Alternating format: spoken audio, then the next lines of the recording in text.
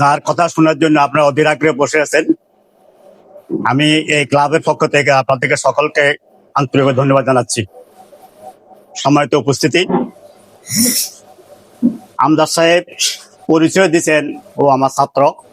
আমি এই জন্য অত্যন্ত গর্বিত, আনন্দিত।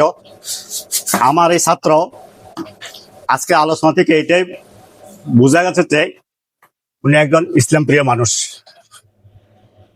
সুদূর আমেরিকা থেকে আমাদের এই সন্দ্বীপে প্রায় 5 লক্ষ মানুষের ভাগ্য উন্নয়নের জন্য উনি একটা ইসলামী দল থেকে আসছেন, দাঁড়াইছেন। উনি এখানে আসছেন প্রচারণার জন্য নয়, জাস্ট একটু শাসকের আয়োজন। যেদিন আমাদের স্কুলে আসছেন আমাদেরকে বলছেন আমরা একটা ক্লাবে বসবো, একটু চা খাবো। তো ওনার তো উদ্দেশ্য থাকতো আমরা ওনাকে আনার কথা ছিল, কিন্তু যেহেতু এটা অরাজনৈতিক একটা প্রতিষ্ঠান সেই জন্য আমরা ওই জন্য কাজ করে নাই। আমরা অত্যন্ত আনন্দিত উনি যে প্রতিষ্ঠানে এখন বসে আছেন, যে সংসদ যার নামে পরিচিত, সেই মরহুম মাস্টার কামালউদ্দিন সাহেবের হাতে গড়া স্কুলের ছাত্র। আমজাদ সাহেবকে আপনারা সবাই চিনেন, সবাই জানেন। অনেকে অনেক কথা বলছেন, এটা আসলে সামনে বলা উচিত হয় নাই। আমি তো মনে করব উনি যে সেই আমাদের কালাপানির জন্য বা সন্দ্বীপের যারা দুঃখী মানুষ, আমি তো জানছি শুনছি যে উনি কি করে আসছেন। তা আমি ওর কাছে অনুরোধ করব, অতীতে যেভাবে মানুষের সাথে মিশেছিলেন, মানুষের দুঃখে আগে গেছেন, মানুষের সেবা করছেন, আমি আবারও অনুরোধ করব এটা যেন অতীতে থাকে।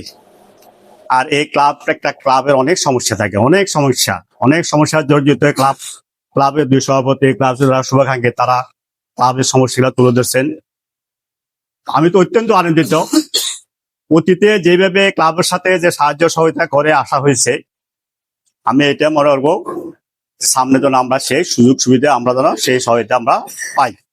আমি ক্লাবের সমস্ত সদস্যদের পক্ষ থেকে আমি তুমি করে বলবো, তোমার কাছে আমার আবদার থাকবে, আমাদের এই ক্লাব আমার মনে হয় পুরো বাংলাদেশ না পুরো পৃথিবীতে সুনামের সাথে পরিচিত।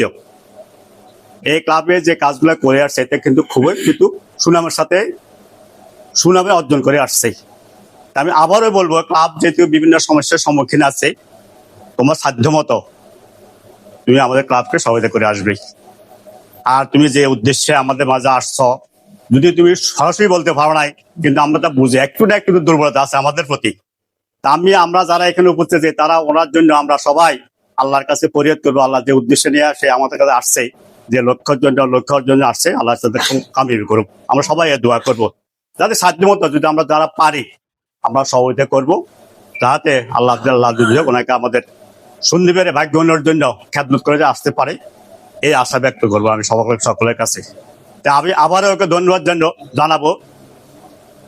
তুমি আমার ছাত্র, আমাকে যে সম্মান দিছ, আমি আল্লাহর কাছে এই দোয়া করি আল্লাহ তোমাকে কামিয়াব করুক। ধন্যবাদ সকলে। আসসালামু আলাইকুম।